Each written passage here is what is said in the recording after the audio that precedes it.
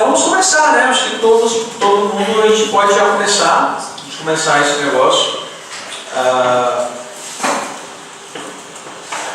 O perfil, a dinâmica é essa mesmo, certo? É essa mesmo, sem regra nenhuma. E o sucesso do evento vai depender da gente. Mas posso comentar um pouquinho então? Por favor. Eu quero agradecer muito a oportunidade. Sempre que nós temos a possibilidade de discutir computação forense, nós que começamos lá em 2002, 2003, e que é um cenário bem diferente, né? Nós tínhamos aí os primeiros problemas do ano 2000, 99, os primeiros problemas envolvendo netbanking, ainda muito precária a questão de segurança da informação, mas lá nós já víamos uma grande demanda, não só de empresas, mas de judiciário, o que ainda se chamava de segurança da informação, mas que já tinha um viés de pós-incidente, ou seja, quando a situação ocorreu. Não se falava ainda no Brasil em computação forense, perícia digital, um gênero, a computação forense focada em aspectos forenses, e de lá para cá muito evoluiu. Então hoje nós temos aí 275 milhões de celulares, o país hoje uma das referências em horas conectadas à internet. Toda essa bagagem digital leva consigo uma parcela criminosa que hoje é um estudo em praticar fraudes e na grande maioria que não são de alta tecnologia, como dizem. Envolve mais engenharia social, envolve mais ali uma oportunidade, uma motivação, como tantos golpes que nós temos hoje. O assaltante de banco está migrando para aquele cibernético puro, porque você ganha mais dinheiro e não dispara. Isso é menor, né? Exatamente.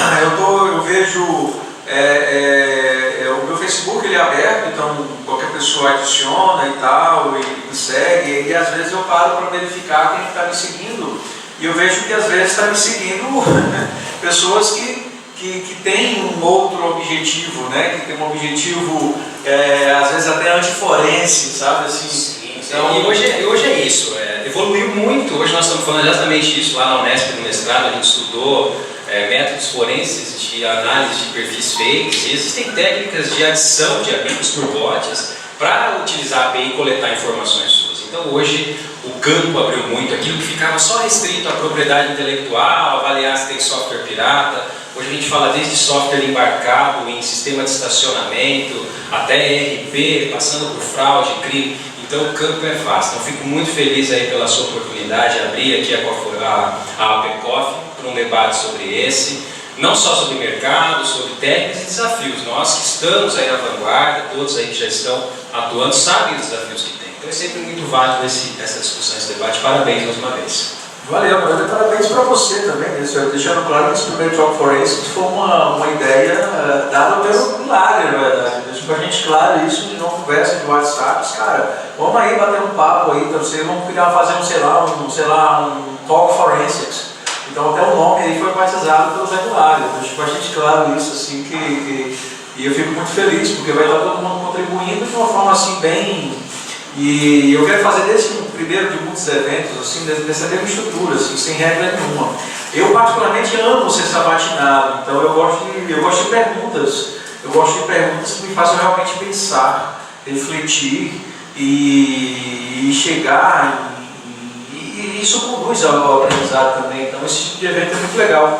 E às vezes acontece isso demais, às vezes a gente vai dar uma palestra de 1 hora e dá aqueles 10 minutinhos de perguntas que viram 1 hora. E que tem que ser encerrado porque tem que ser encerrado. E aonde está rico, né? E é a melhor parte. Então, esse evento ele nasce assim, se ninguém perguntar nada, a gente não fala nada, entendeu? Então, assim, ele vai nascer desse jeito. E isso coloca a gente numa condição fantástica, porque nós não temos nenhuma pretensão de responder a todas as perguntas, mas se você fizer uma pergunta que eu não sabe a resposta, eu vou ficar super feliz, porque eu preencho uma lacuna aí que precisa ser... que eu preciso preencher e tal, pela pergunta e tal. Então é isso. Diga lá, André. Quero agradecer a oportunidade de estar aqui como aprendiz e conseguir auxiliar na parte das perguntas que vocês estão deixando em todas as redes sociais. Não se preocupem em estar participando com perguntas apenas em um. Tanto nos Instagrams do Justiça Digital, quanto do Marcos Monteiro, eu estou acompanhando tudo e vou estar representando vocês aqui. Pelo Facebook, o Marcos Vinícius está perguntando qual a importância da informática na prática jurídica, no auxílio às provas adquiridas. Poxa, fantástico. Marcos Vinícius, obrigado pela pergunta. Bom, basicamente hoje tem uma estimativa que aproximadamente 50% das provas em processos judiciais no Brasil são eletrônicas, né? Vêm do meio digital, são produzidas, geradas e armazenadas. É difícil hoje você lidar com uma demanda judicial, um país que tem mais de 100 milhões de ações judiciais, né? Mais de 60 mil crimes cibernéticos, processos de crime cibernético. A gente sabe aí o rombo que isso gera no mercado de fraude, aí, 16 bilhões ano. Você não tem um processo em que um dos elementos ou um dos meios de prova é documental, especificamente informático. E quando você tem um meio de prova informático, você precisa verificar como ele foi coletado, identificado, preservado, analisado, para que isso tenha o evidential value que nós falamos, né?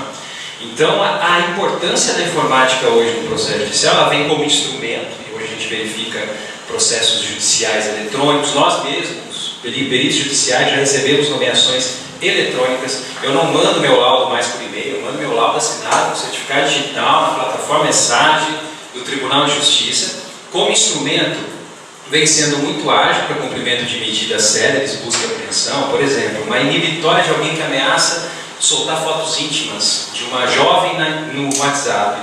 Precisa agir rápido. E além do instrumento, como uma poderosa ferramenta para a apuração da verdade. E é aqui que nós nos encontramos. A perícia é justamente o meio da criminalística que está ligado à produção, coleta e preservação para apontar duas situações: materialidade, se existiu ou não, e quem foi responsável, quem deu a autoria. É uma questão histórica, na verdade, né? Quando a gente pega a década de 60 até no Brasil, tem casos, eu me recordo exatamente qual caso histórico de irmãos que foram torturados. Isso aí virou na história, eu me recordo exatamente quais são os irmãos, foram torturados.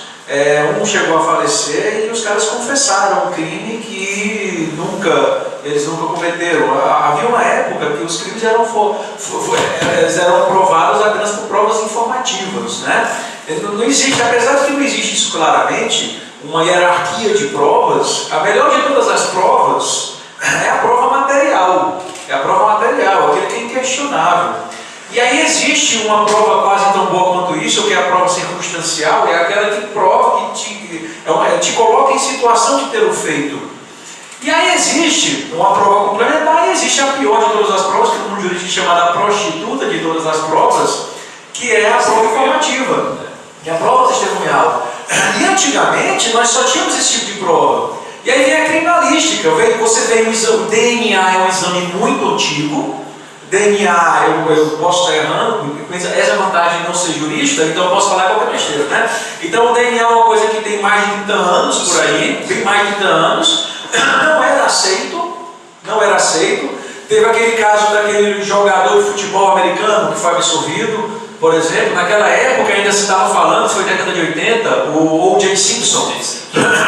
Do caso O.J. Simpson, quando foram falar de exame de DNA, ainda tinha que explicar para o mundo jurídico que o DNA era um negócio de 99% de certeza. Isso gerava dúvidas, era um tipo de prova material, uma prova científica, mas como o meio jurídico não domina aquela expertise, não tem aquele conhecimento, não tem aquela expertise, então você tem que provar matematicamente que aquilo ali é uma prova muito mais importante do que uma prova formativa, que aquilo ali. Então isso é década de 80 ainda, então é muito recente. Quando a gente olha o mundo da criminalística, quando a gente olha lá a prova material, a prova circunstancial, a materialidade e a autoria através de provas científicas, ainda é muito recente. Então não é diferente de qualquer prova. Eu estou falando de DNA, que seria mais antigo e mais recente computador, porque eu quero saber quem é esse criminoso liso que não tem um celular no bolso. Né? Não tem mais. Como todo mundo tem um celular. Você pode ter uma geladeira, mas você tem um celular, às vezes tem mais de um. Às vezes tem mais de um celular, né? Entendeu? Você tem, antigamente o brasileiro tinha 2 TVs em casa e às vezes nem tinha geladeira. Mas hoje o brasileiro não tem nem TV em casa, às vezes, mas tem 2 celulares de última geração. Essa é a realidade de hoje. Então uma prova de informática, uma prova do mundo digital, ele pode provar qualquer tipo de crime. O celular estava no bolso do cara. Prova circunstancial que o cara estava lá presente. É uma prova que o cara estava lá presente naquele momento. É uma prova circunstancial que o cara estava presente naquele momento no local do crime. O cara fez uma busca na internet, rapaz, como é que eu enveneno alguém aqui, como é que eu mato alguém de tal forma, tal não sei o quê. É uma prova de premeditação de um crime de homicídio. Entendeu? Quem é esse cara liso que não tem um celular no bolso para ser o X9? E é legal destacar isso, né? Falando um pouquinho de mercado aí para quem está acompanhando a gente, em todos os crimes que deixam vestígios, e isso no direito criminal é indispensável o corpo de delito, ou seja, nem mesmo a prova testemunhal, a prostituta das provas, ela é suficiente. E o crime informático, o crime puro ou misto, ou seja, quando o bem ofendido é a informática, a privacidade, a incolumidade dos dados, ou o crime misto, quando a informática é um meio para a prática de diversos crimes, ele é um crime que deixa vestígio. Então o mercado é tremendo e nós temos o papel de conversar com as principais testemunhas, que são os sistemas. E os sistemas evoluem. Há 5 anos atrás eu não falava em perícia de DVR, a gente tem 2, 3 perícias de DVR hoje no escritório, perícia de Xbox. O Windows 10 chegou e trouxe mais pelo menos 15 novos artefatos que podem ser considerados numa perícia. Então, o profissional de computação forense, ele não pode se desatualizar. Ele precisa sim, a informática hoje é um instrumento para serviço de apuração. Inclusive no Windows 10 agora nós temos uma prova testemunhal, que é a Cortana. A Cortana é o original, sem dúvida. O Windows 10, o Windows Universal Apps também, que deixa, por exemplo, o chat do Messenger totalmente descoberto num ponto DB, né? Dentre outros pontos de artefatos nós chamamos a atenção. Então é muito importante essa questão da informática, respondendo o colega, mas já voltando lá no início, né? A questão jurídica é muito relevante. Hoje nós pautamos, nós dizemos isso na Legaltech, nós preferimos muito mais o cara ético do que o cara técnico, porque muitas vezes ele excede e essa prova é imprestável. E aí que vem a bagagem jurídica, você saber até onde você pode ir na produção de provas sem contaminar essa evidência, sem que isso tenha que ser desconsiderado em um processo forense. Mais uma pergunta. Marcos. Presente. Thales, tudo bom? Tudo bom, meu amigo? Quero contribuir aí numa situação interessante aqui do meu dia a dia. Por favor. Para quem não me conhece, eu trabalho com fraude bancária, pelo menos na parte de segurança bancária, com foco em fraude. São muitos anos já nessa história e tem um cenário que se repete.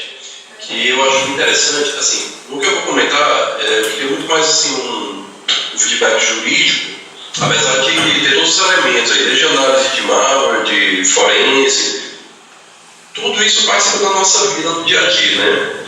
Mas, para vocês terem ideia, vamos colocar assim, todo malware que a gente pega, todo trojan, que tem um foco em roubar informação para poder atingir aquele objetivo que, final, é a subtração financeira, hoje em dia tem bastante sucesso, principalmente com os de engenharia social. Por falar a questão do hacker em si. Esse termo é até cômico, porque o hacker mesmo, ele está longe do cara que efetua esse tipo de fraude aqui no cenário, pelo menos no meio cenário bancário. O que nós percebemos é que tem o crime é bastante organizado, que ele sabe onde adquirir as ferramentas certas das pessoas certas, que ele coloca em prática, mas o hacker continua sendo solto. Cheguei a monitorar um cara por praticamente uns 3 a 4 anos, já sabia que o produto era fornecido por ele, já sabia quem era a equipe que utilizava, sabia de tudo, chat, eu acompanhava conversas dele, sabia qual era o ataque, conseguia antecipar, mesmo informação, eu podia fazer nada diante daquilo. E o hacker mesmo, que é o cara que fornece, continua solto. Eu não tenho essa informação, claro que não é muito forte. Mas assim, o direito tem evoluído bastante, converso com juízes, às vezes eu dou essa informação com eles e tal. Mas assim, eu não vejo norte, eu não vejo até falta de interação. Como a gente poderia ser mais efetivo, mais eficaz nesse tipo de situação. Dado de provas, a forense, feito do malware, coleta de fotos, de evidências. E isso gerar essa abertura de uma investigação e levar simplesmente até o criminoso de fato, acabam nessa ferramenta. Então, seria uma forma interessante, onde eles vendem próprios ferramentas devem ser utilizadas apenas para profissionais, acadêmicos ou coisa parecida. O Thales ele está, para quem eu está entendendo onde vindo o Thales está Skype, é um dos membros da PECOF, então existe aqui um Skype com a galera da PECOF que não pôde comparecer por questões geográficas ou por outras razões, ele está participando aqui com a gente nesse sentido. E ele trabalha no fraude bancária, o Milagre não conhece, mas ele trabalha aqui todos os dias, ele já faz isso há alguns anos e é muito bom nisso e tal. Então assim, se permita, vamos lá, não é diferente de qualquer outro tipo de crime. Quando vou pegar um crime muito antigo que o investimento na investigação disso é muito grande, tráfico de drogas. Aquele aviãozinho lá que foi pego com um papelote de maconha no bolso, beleza, você prende ele, mas não é o cara útil para você. Você tem que ir, existe uma hierarquia, existe um crime organizado e você tem que tentar matar aquele crime no mais alto nível, que é aquele cara que fornece aquela droga. Se você pegar o cara que fornece aquela droga, e normalmente o cara que fornece aquela droga é o cara que menos expõe. É muito difícil chegar nele, ok? Então, para deixar claro que isso daí não é um mérito ou desmérito da tecnologia. Absolutamente, o problema é exatamente o mesmo. Como é que é na área de tecnologia? Você tem o criminoso digital que codificou, ele codou, fez um malware, vamos dizer que é um malware, vamos dizer que esse malware é um trojan, onde utilizou-se uma técnica de engenharia social para te fazer clicar em alguma coisa. Clique aqui para ver as fotos íntimas do Milagre que vazou na internet. Tem lá, Zé Milagre no jpg.exe. Aí o cara vai lá, clica, tal, e não aparece, clicando, não aparece, de repente tem lá um bot, tem um malware lá na máquina do cara, lá, o que for, beleza. Aquela informação, bunker, muitas vezes ele é coletado, pegando a forma mais antiga, certo? Aí vou pegar uns bunkers mais novos como um exemplo mais legal, assim. Então, essa informação é coletada e o criminoso ele tem uma base de dados de informações. E vende na internet aquilo ali, chamado info. Vende as info. E aí tem a galera que não é hacker, não é cracker, não é nem lamer. São os caras realmente, são só criminosos puros, sem conhecimento básico de informática, o cara compra essas informações. E fazem dinheiro a partir disso. Chega ali, Paulo, o cara quer a tua conta de energia de 500 conto, né? Me dá 200 conto e eu pago a tua conta de energia. Aí ele vende o pagamento da conta de 500 conto, ele te vende por 200. Cara, velho, Mauro, vou perguntar pro Mauro e pro Mauro agora também. Sabe aquela televisão que você está querendo lá no americanas.com e tal, beleza? Aquela televisão 4K e tal, de 6 pau. Me dá 2.000 que eu compro ela pra ti.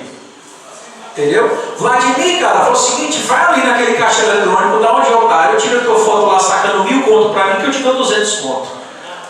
Isso é o crime, é o aviãozinho digital, né? Isso é o aviãozinho digital, ele que está fazendo essa parada e está acontecendo isso todos os dias.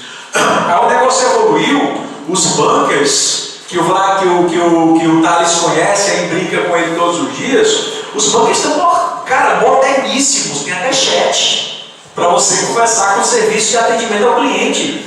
Mas é verdade, saque criptografado no serviço de atendimento ao cliente. Teve uma situação legal agora, só colocando um parênteses que foi bem interessante essa. Isso não é novidade, tá? Tem alguns meses que está acontecendo. O pessoal está recebendo o depósito na conta, milagrosamente apareceram uns R$5.000 na tua conta, tá? Depósito não identificado, foi feito pelo caixa. Aí o cara dá um jeito de alguma forma localiza o correntista, entra em contato, fala que infelizmente cometeu um erro, depositou errado e pede gentilmente que a pessoa devolva o dinheiro. Olha que bacana. O dinheiro sai assim, ó, limpinho, cheiroso, cara. Pois é. Não.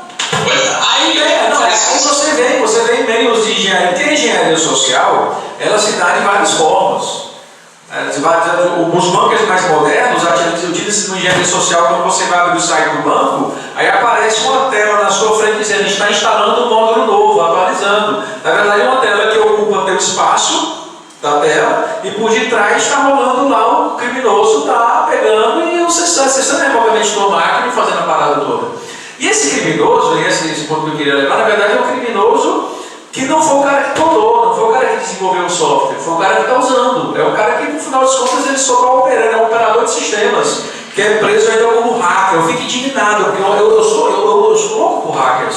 Cara, eu respeito demais, eu gosto demais de hackers. Entendeu? Eu até respeito crackers, até. Mas os caras, eles são presos por grupo de hacker. O cara só sabe ligar o computador e usar um softwarezinho. É a maioria. E aí você tem que, às vezes, tem que investigar muito mais essa galera para poder chegar no cara que codou, ou então o cara que distribuiu. Eu acho que a analogia com o tráfico de drogas pode ser muito bem feita. Entendeu? Você pegar scammers, um golpe de scammers.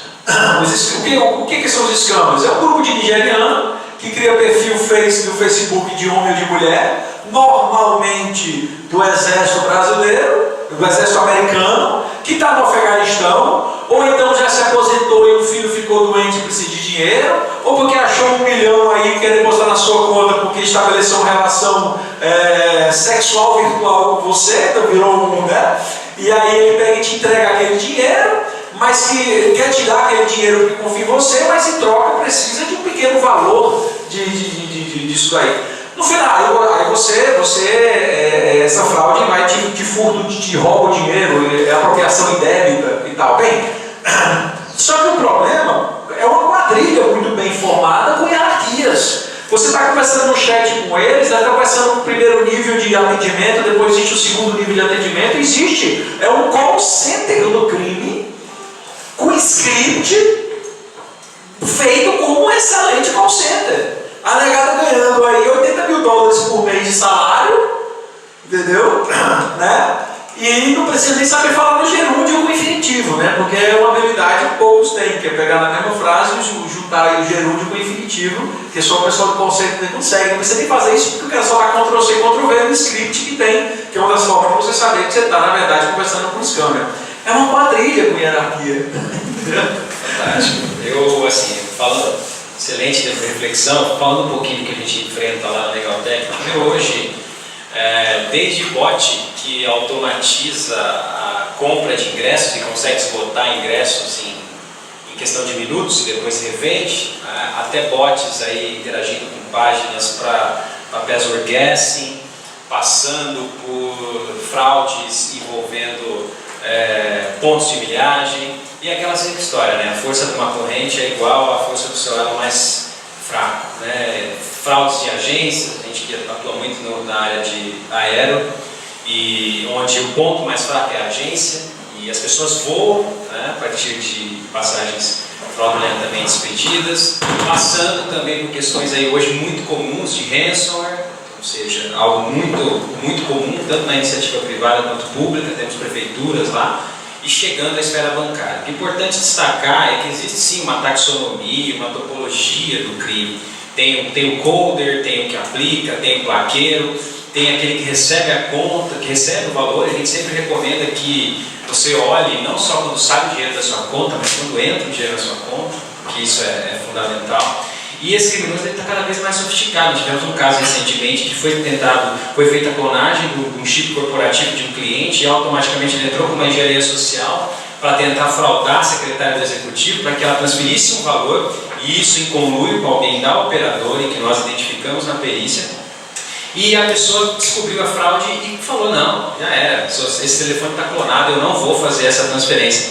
E o cara falou: putz, verdade, você tem vergonha de fazer isso? Falou: não, é meu trabalho é digno. E, eu queria saber de você onde eu errei.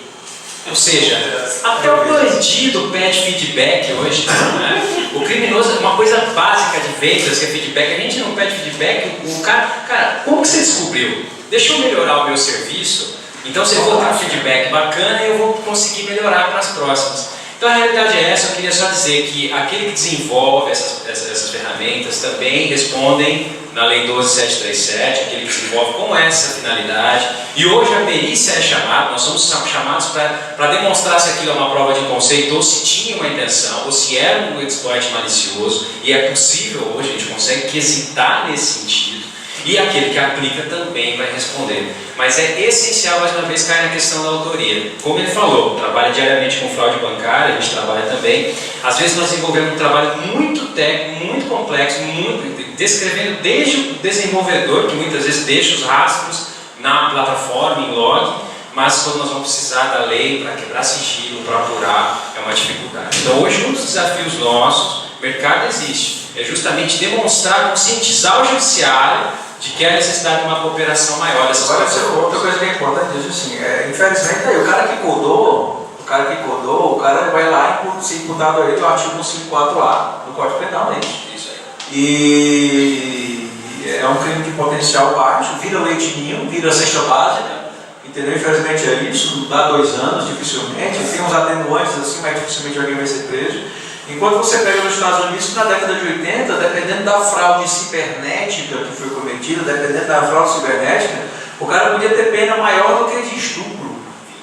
Isso na década de 80, assim, entendeu? Então, assim, a gente precisa muito evoluir nesse sentido, porque o cara que escreveu um malware bunker desse, que gera um roubo bilionário, né, na rede bancária, e todo mundo acaba pagando por isso, né? Porque ninguém quer ter prejuízo, é passado para todo mundo. O cara vai ser imputado a ele o mesmo crime do que o cara que escreveu, fez um scriptzinho de malicioso. E só pegando um parênteses, a jurisprudência já tem se orientado em alguns casos em nomear a perícia para demonstrar se o sistema era vulnerável, já era vulnerável, estava aberto ou não. O que eu quero dizer? Crime impossível do Código Penal. Não se mata o morto, assim como não se invade o que está aberto.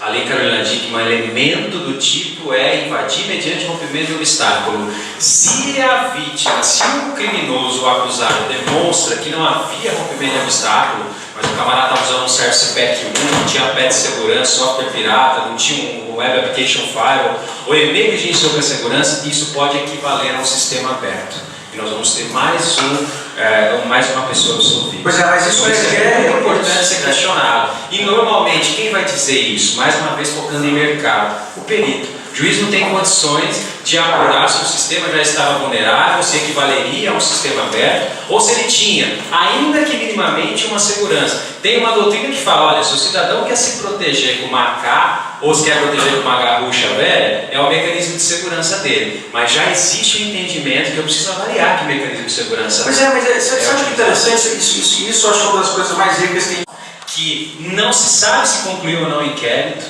só que seus acusados foram condenados socialmente.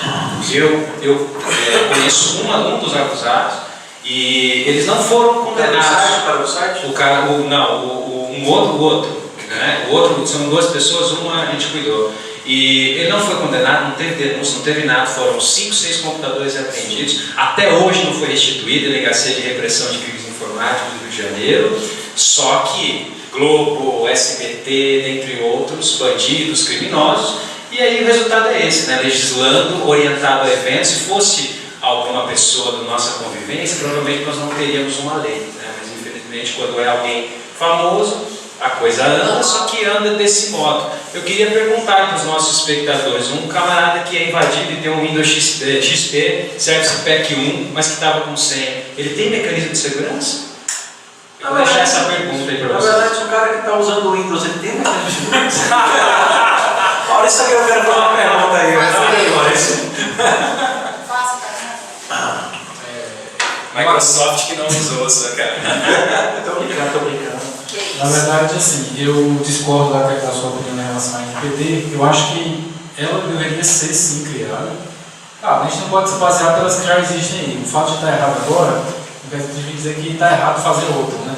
O quê? Estou falando de quê? A NPD. Não, mas eu acho que sim. Não, mas ele falou da autoridade. Ele falou que a autoridade precisa ser criada, sim, mas não desta forma, não dessa forma tão ansiosa. Dizer assim, se o termo seria correto, seria esse. Nós sabemos como funciona no Brasil. Provavelmente o nome das pessoas que integram essa autoridade já está pronto antes mesmo da lei estabelecer a autoridade. Então vamos discutir mais a autoridade. Por ser passível de corrupção.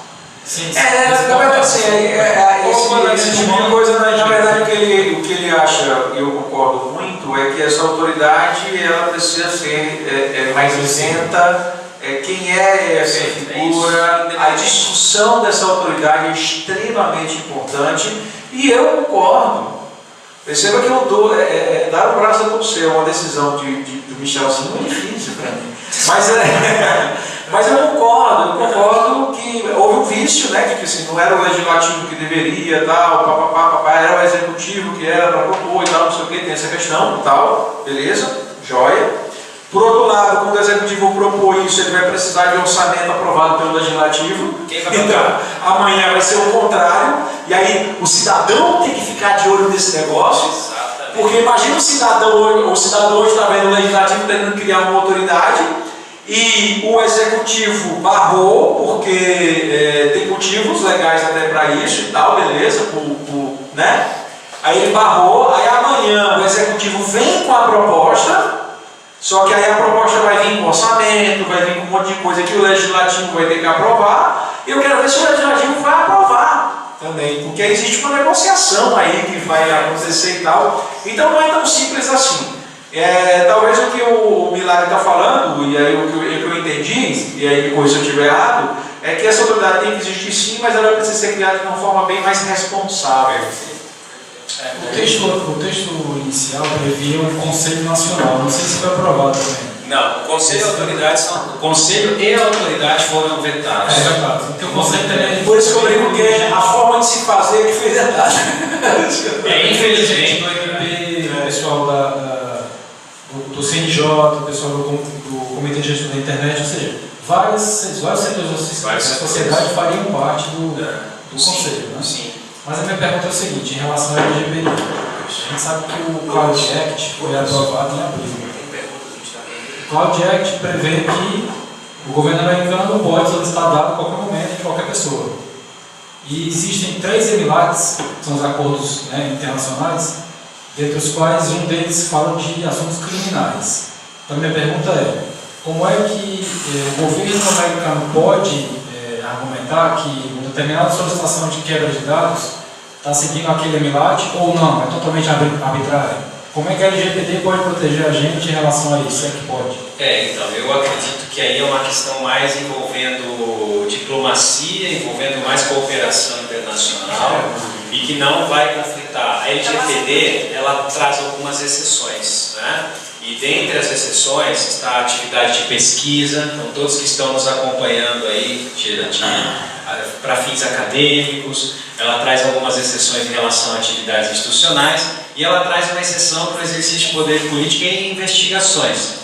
Então, ao contrário do que pensam, a LGPD não vem para favorecer bandido. Agora tranquilo, agora ninguém vai fornecer mais dado meu, eu vou sonegar imposto, porque agora a Receita não consegue mais fazer cruzamentos, eu não vou mais cumprir ordem judicial agora enquanto rede social, porque eu tenho LGPD, e quando tiver um crime informático, o juiz pedir para eu expedir, para eu emitir e fornecer dados, eu vou falar que tem LGPD. Não é isso. Não me estranha que os provedores façam isso.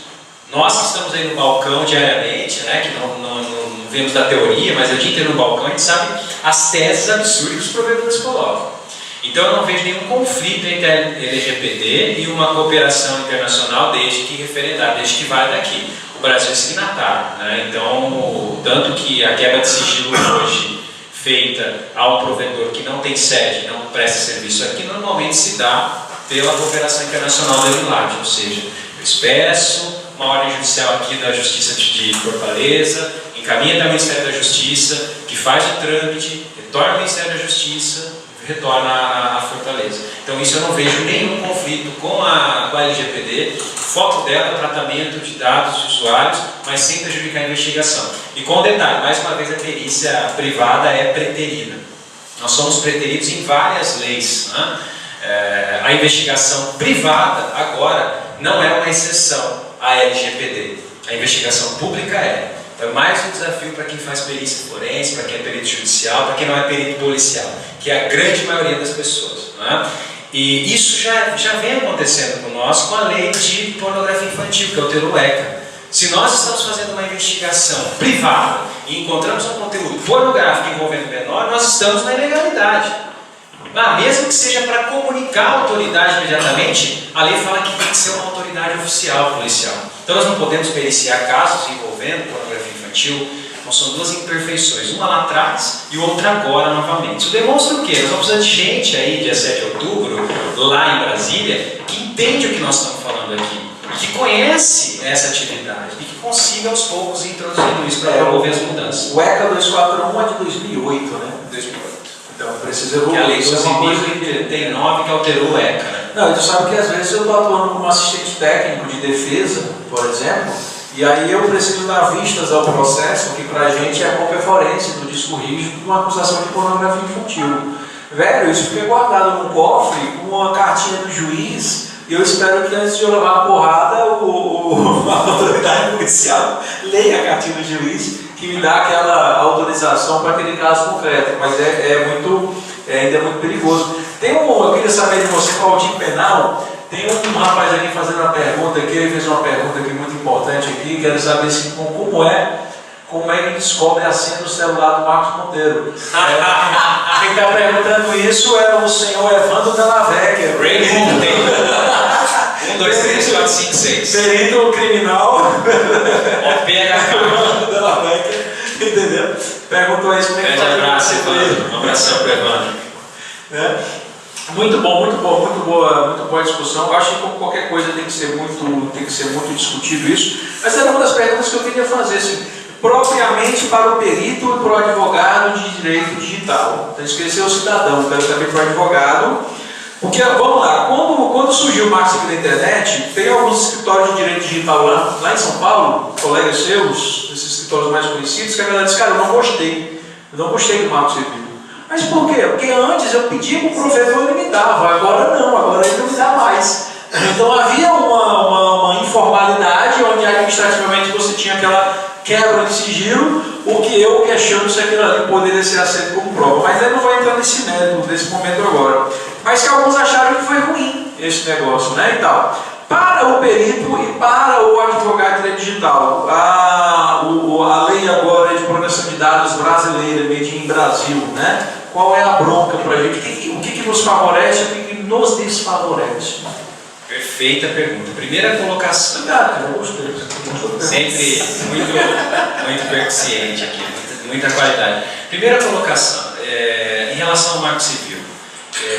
Para nós, advogados, e para a grande maioria dos advogados, até mesmo para alguns que estiveram lá, né, nós também tivemos contribuições aceitas na cultura digital, ele foi péssimo para o advogado. O Marco Civil é péssimo para a advocacia. O Marco Civil é um presente para os provedores de acesso, um presente lindo, e foi construído com muita intensidade dos provedores, participando de audiências públicas, falando, uma boa retórica, 7 adiamentos. Ele é péssimo. Ele é péssimo porque antes eu tinha uma recomendação de guarda de 3 anos dos lotes.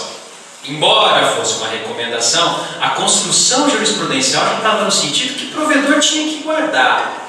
Não existe essa história de log zero. É indispensável a apuração de crimes.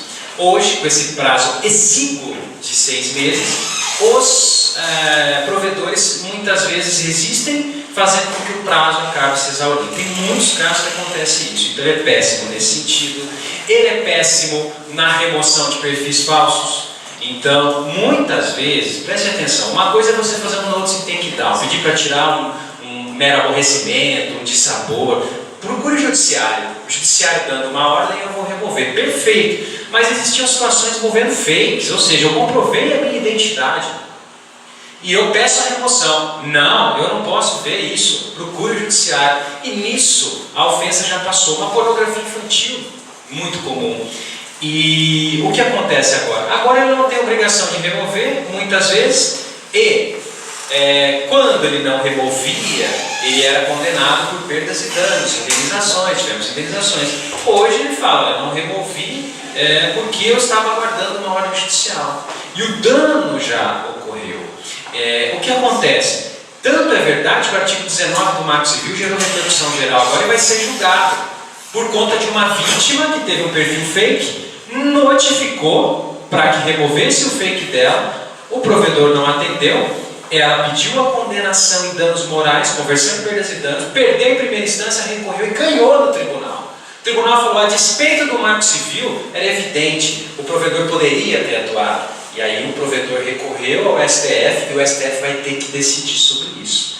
Então o marco civil, assim, ele complicou muito a apuração de crimes cibernéticos, até a questão de honorários, aí, fazendo jus para os advogados. Né? Antigamente você entrava com uma ação de quebra de sigilo porque havia uma pretensão resistida.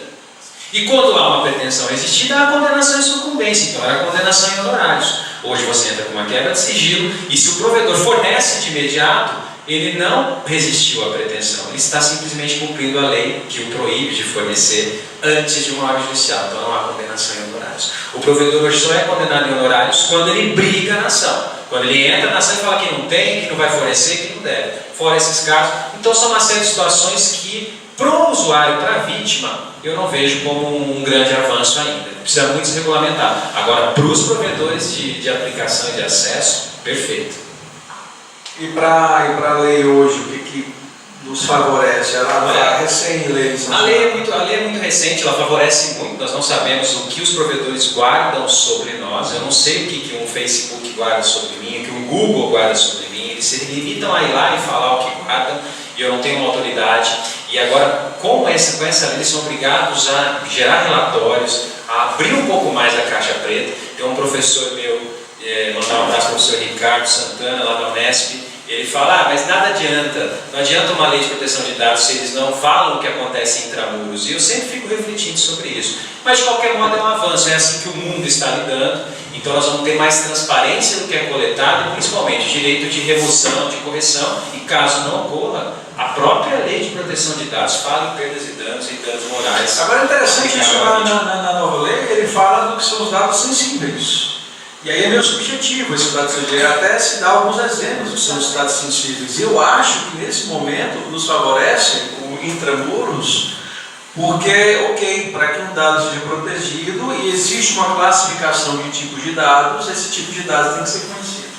Perfeito, exatamente isso. O dado sensível hoje é etnia, gênero, profissão, preferências políticas, dados envolvendo preferências sexuais. É uma especificidade de dados pessoais que envolve aí, até o número IP hoje foi considerado, enfim, um dado pessoal. Né?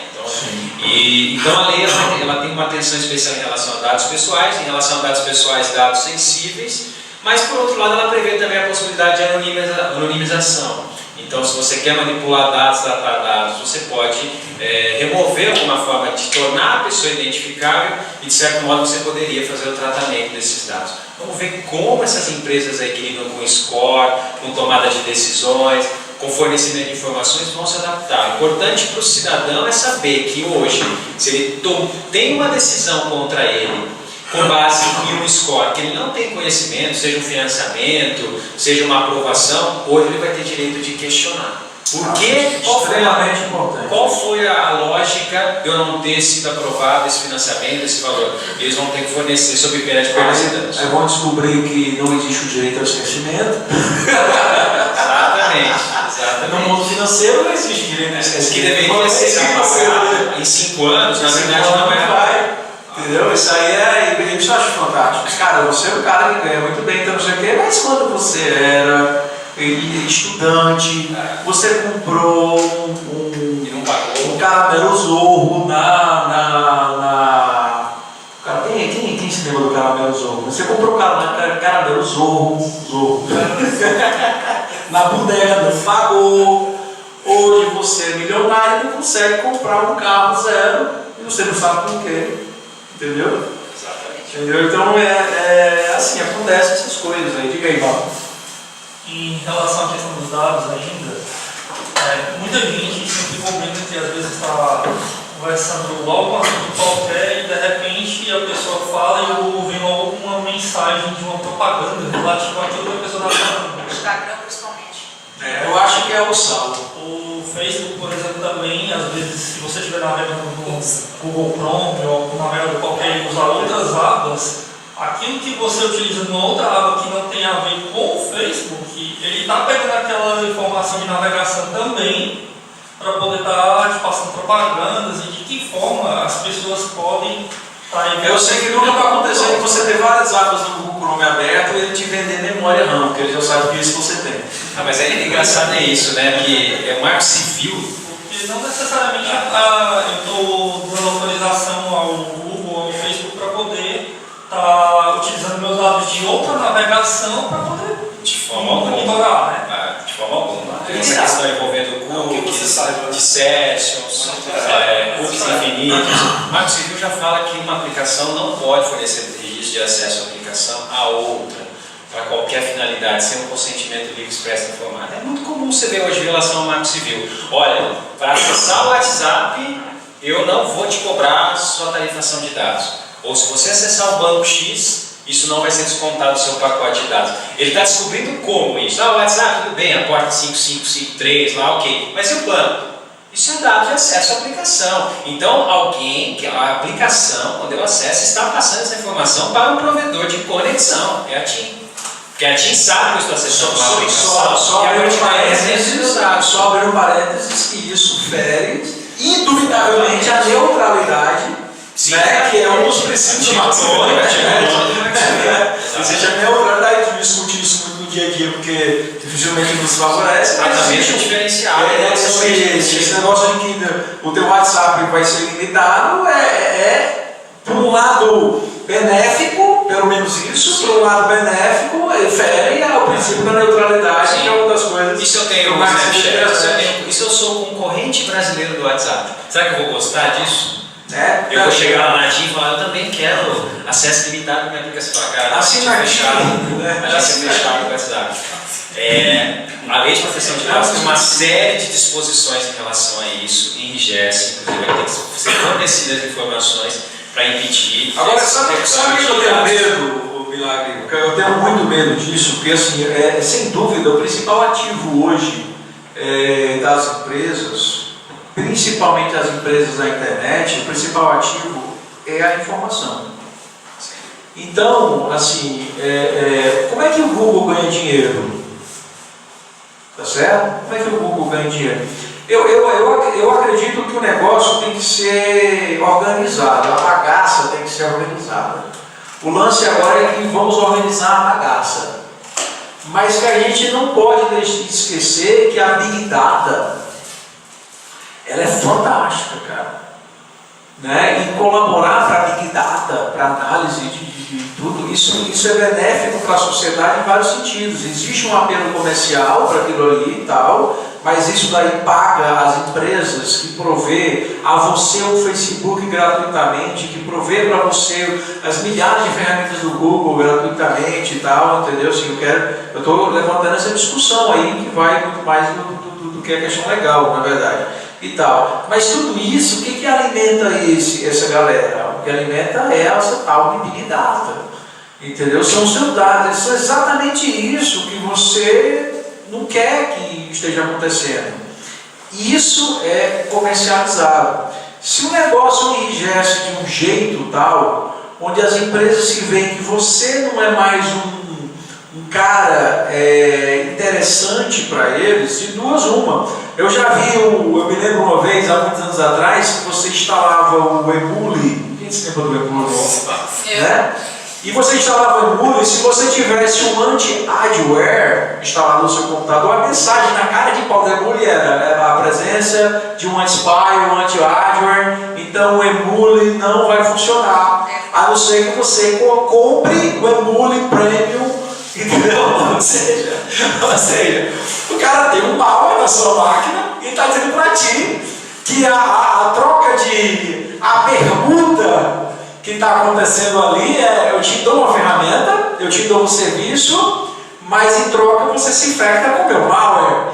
Cara, isso tinha na mensagem, vocês chegou a ver isso, cara, tinha na mensagem, né?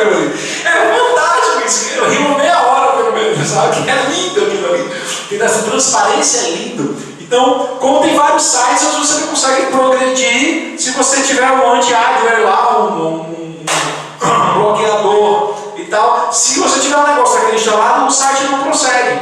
Ou seja, perceba, cara, eu quero algo teu. Eu te dou algo porque eu quero algo. Daqui a pouco, eu vou lá e digo que eu não quero fornecer os meus dados ao Google. Quando eu abrir o Google para fazer uma busca,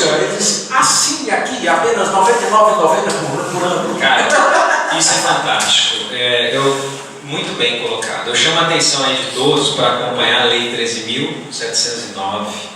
É algo que a gente já estava discutindo há um bom tempo na academia. É injusto demais esse negócio. Ou você concorda com os termos de uso ou sai da aplicação.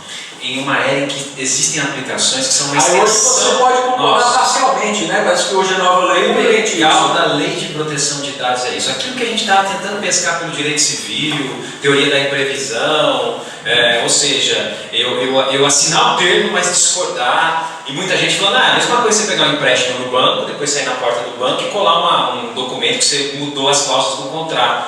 Não. Isso é uma realidade da sociedade da informação. Isso é só dela. A Lei de Proteção de Dados traz essa disposição, a possibilidade do usuário, mesmo aderindo aos termos de uso, questionar coletas excessivas desproporcionais. Então, baita de um avanço. Só esse artigo da Lei de Proteção de Dados cabe muita reflexão, cabe uma palestra, enfim, cabe um debate entre nós, porque vai dar a possibilidade do usuário continuar utilizando aplicações que são essenciais hoje para o negócio dele, sem ter que abrir as pernas, desculpe o termo, eu concordo com a cara desse fornecer negócio. todas as informações como hoje é feito de forma indiscriminada. Eu me preocupo, eu concordo em gênero, número e grau. O que eu me preocupo? Porque no Brasil tem o quê? 264 milhões de habitantes, é isso? A gente tem mais ou menos isso, não sei, eu não contei. 260 milhões de habitantes. Vamos pegar 7 bilhões de habitantes na Terra. Vamos dizer que 50% dos nossos habitantes da Terra, não sei se tem um número melhor que o meu, vamos dizer que eu tenho 3 bilhões de pessoas conectadas à internet. Vamos dizer, no mundo temos 3 bilhões de pessoas conectadas à internet. Então eu sou uma empresa que estou provendo um serviço de internet para 3 bilhões de habitantes. E requer um investimento absurdo. O YouTube, por exemplo, há 3 anos atrás, ele quase que ele pensou em decretar falência o YouTube, porque no final do ano o investimento em infraestrutura era muito maior do que o lucro para isso. Aí foi quando eles começaram a ter aquele negócio de propaganda no meio do vídeo. Eu não li isso em canto nenhum, mas eu percebi que uma coisa surgiu depois da outra. Então é uma das ações para poder movimentar o ganho daquele negócio, né? Então imagina que eu tenho 7 bilhões de habitantes, eu tenho 7 bilhões de pessoas. O que é pessoas? São características de uma pessoa, de um usuário. Eu tenho 7 bilhões de pessoas para poder analisar. Isso é um ativo de informação. Esse ativo de informação, para mim, ele é válido para eu vender de várias formas. Eu ganho dinheiro com aquilo ali. Eu tenho uma informação de 7 bilhões de pessoas. Aí, quando eu vendo aquilo ali, eu estou rateando. Você está me dando sem você saber, eu discordo disso, mas você está me dando sem você saber a informação. E eu estou investindo em 7 bilhões de vocês para que aquele serviço aconteça. E amanhã, de repente, cai para 1 bilhão. Então eu reduzi o meu ativo, mas eu tenho que prover o mesmo serviço. Será que isso não vai gerar impacto? Tu está entendendo? Então eu não duvido de amanhã eu abrir o Google.com, eu estou jogando assim, a teoria da conspiração mesmo, não acredito que isso vai acontecer mesmo. Mas vamos supor que amanhã dá uma revolução, todo mundo sai aí com caras pintadas e internets bloqueadas na rua aí, dizer, cara, não vamos liberar mais nada, vamos lá liberar mais nada, beleza, eu quero intimidade, só minha e tal, e vamos supor que seja cumprido. Eu não aceito, né? Recentemente eu estava discutindo uma perícia que o Jefferson está fazendo, um aplicativo conhecido aí, que quando o aplicativo diz que ele acessa determinados dispositivos, você vai fazer a perícia e descobre que o aplicativo acessa muitos outros dispositivos que não está previsto em termo nenhum. Então parece que isso existe. Reza a lenda que isso existe. Mas eu não vou discutir isso agora. Mas assim, vamos lá. Aí você diz que não aceita nada, todo mundo diz que não aceita nada e não tem acesso a nada. Daqui a pouco eu vou abrir o Google.com e vai dizer assim, assine para você fazer uma busca na internet. Eu estou falando besteira? É possível isso? Entrar no Facebook, eu vou abrir minha leve lá, você paga R$ 99,90 por essa leve. Promoção, poste a sua foto, faça o seu check-in e pague só 99 centavos pelo check-in. Cara, né? É isso, né? Todo mundo tem que ganhar. Tem, óbvio, tem um investimento e tal, não sei o quê. Então, assim, beleza. Eu concordo em gênero, número e grau. Aí quem está falando agora é o cidadão preocupado, o cientista de dados.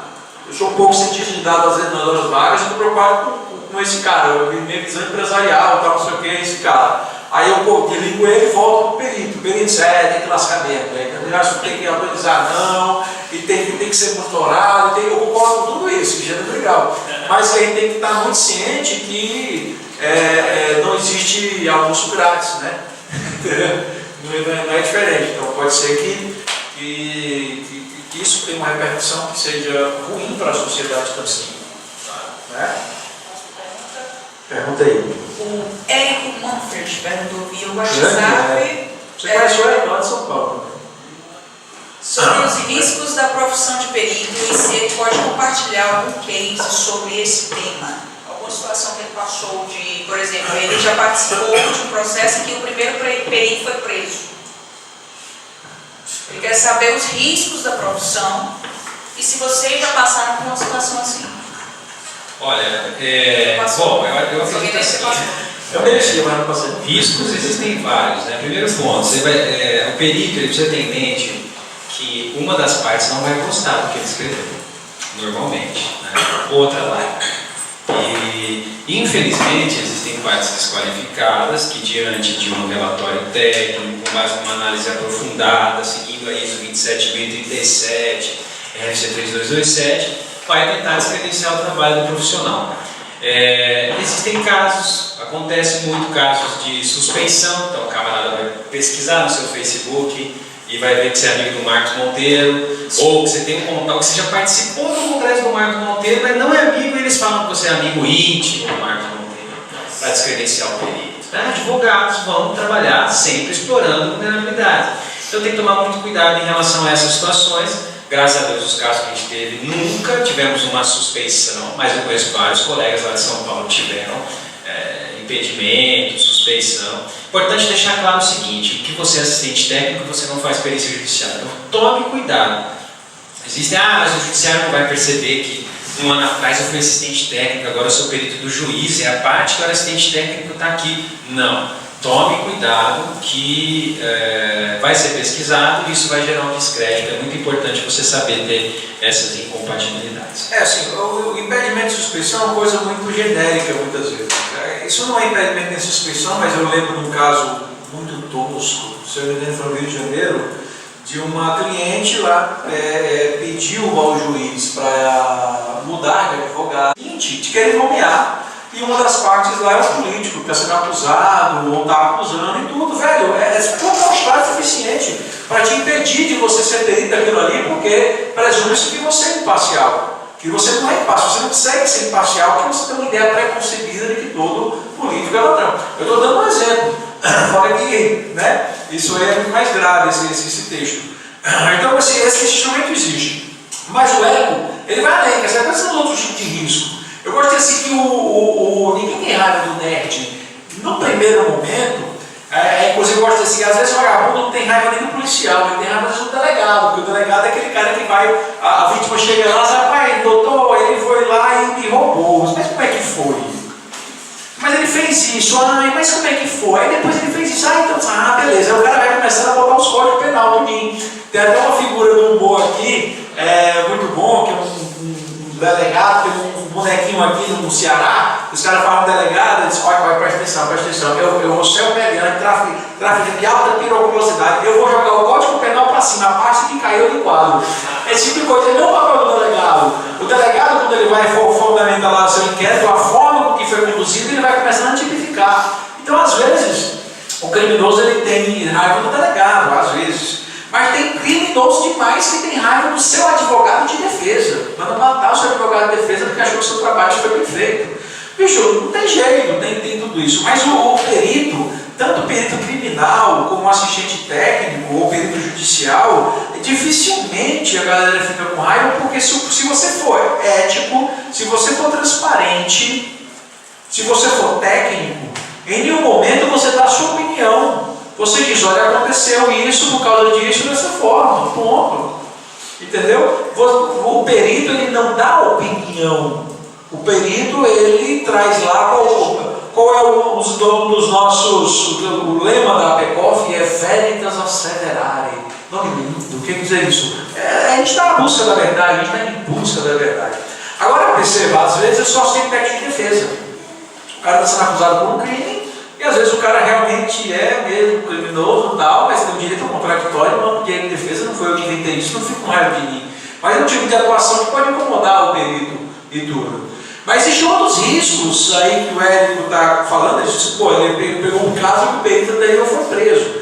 Cara, se ele foi preso, pode ter certeza, lá no CPC e lá no CPP, Código de Processo Civil, Código de Processo Penal, existe uma série de condutas reprováveis que o perito pode fazer. O perito receber dinheiro para poder falar em verdade, ele é preso por isso, ele responde por aquilo ali. O perito, por dolo ou por culpa, perceba que pode ser até culposo, ele não apresentar a verdade por dolo ou por culpa, ele pode se responder por aquilo ali. Então existem ações que o perito pode responder por aquilo ali, mas essas ações são previstas inclusive no CPC e no CPP, fora o que ele responde pelas consequências que ele trouxe com aquela ação dele. Agora, se você é ético, se você é transparente, se você é imparcial, se você é técnico e atualizado, se você não vai atrás de fazer uma coisa que você não sabe fazer, eu não consigo imaginar como é que você pode se dar mal, porque até as partes não ficam com raiva de ti. Entendeu? Até as partes não ficam com raiva de ti. Né? Porque você foi técnico e imparcial e transparente. Eu estava dizendo assim, uma vez já aconteceu de ser um perito nomeado, estava cumprindo mandado de busca e apreensão para a Polícia Federal na casa do cara, 6 horas da manhã a gente arruma a casa do cara lá, vai lá, eu sei o que, coletar o computador, e ali na busca e apreensão eu tinha que também apreender documentos e tudo, eu estava lá fazendo lá e chegou o advogado de defesa do cara. O que eu fiz na hora? Quando eu peguei uma das evidências, era espionagem industrial lá, né? Um dos dados que tinha sido roubados, a primeira coisa que eu fiz foi encontrar impresso. Tá vendo? Impresso aquilo ali. Quando eu olhei para aquilo ali, eu fiquei tão alegre que eu virei pro... Isso não se faz nunca.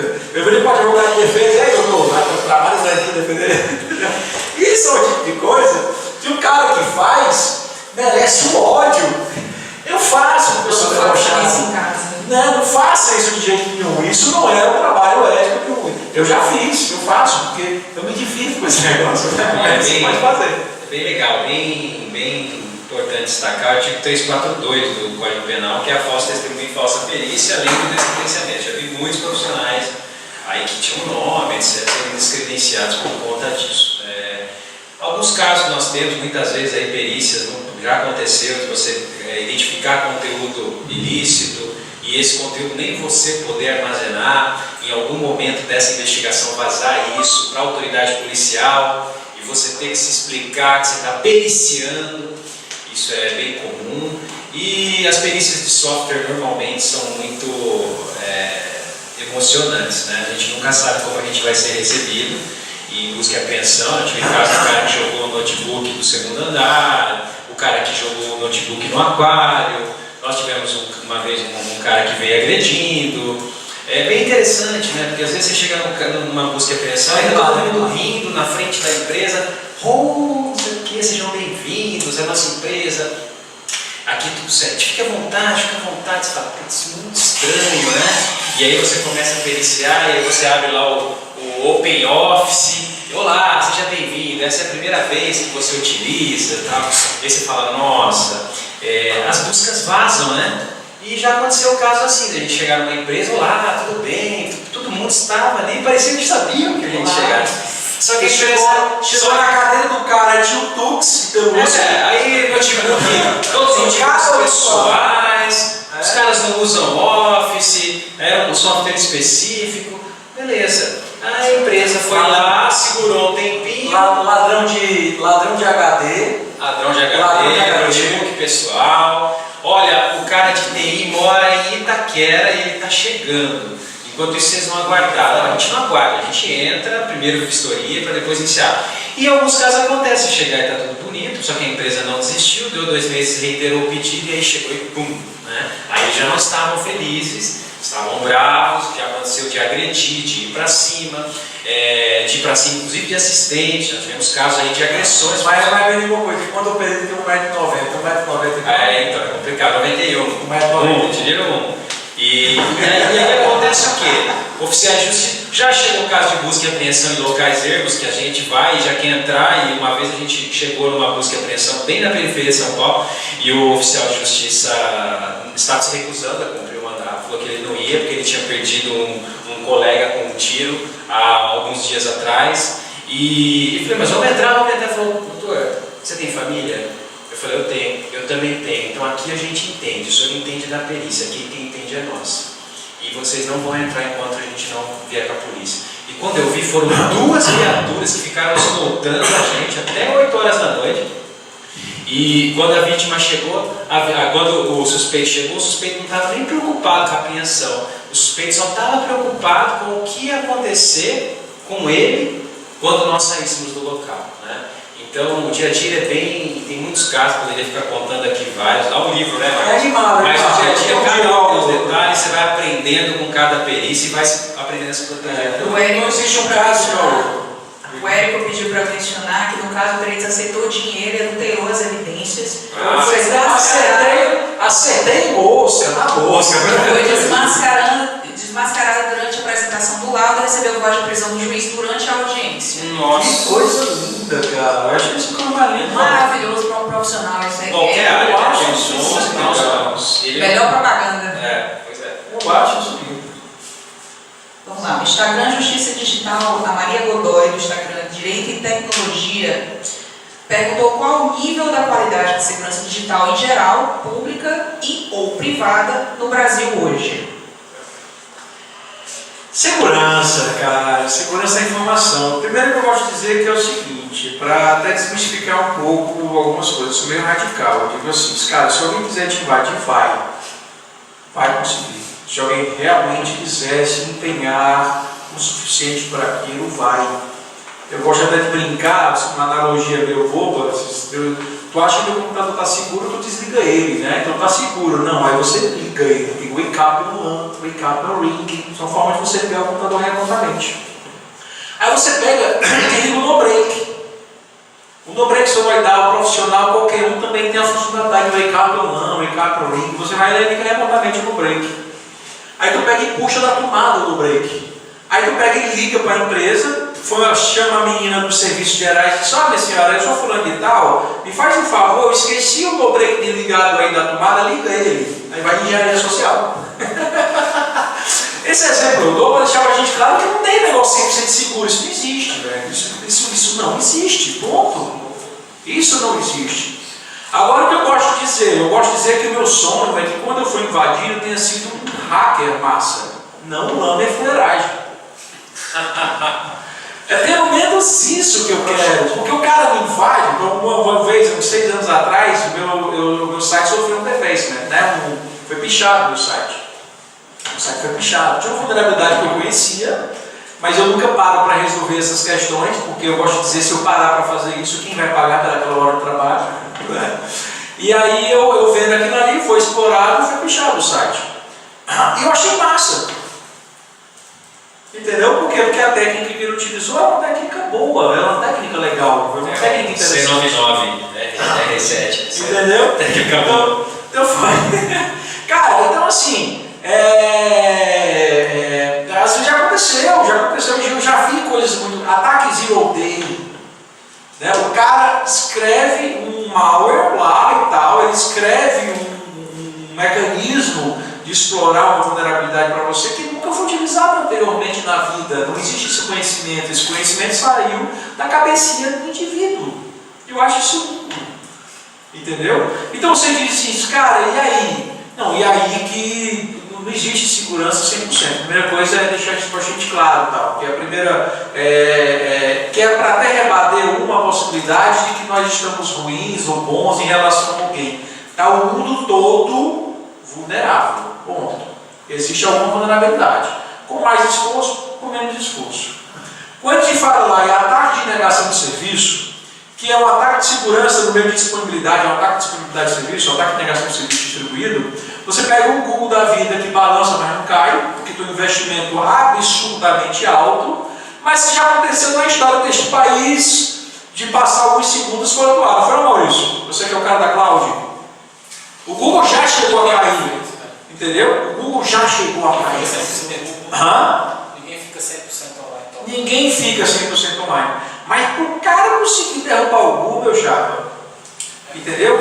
É muito difícil. Aí recentemente tudo que era IoT, principalmente em termos de câmeras, estava tudo dentro de uma botnet só. Qualquer estrutura desse planeta Terra poderia ser derrubado com uma ruma de câmeras.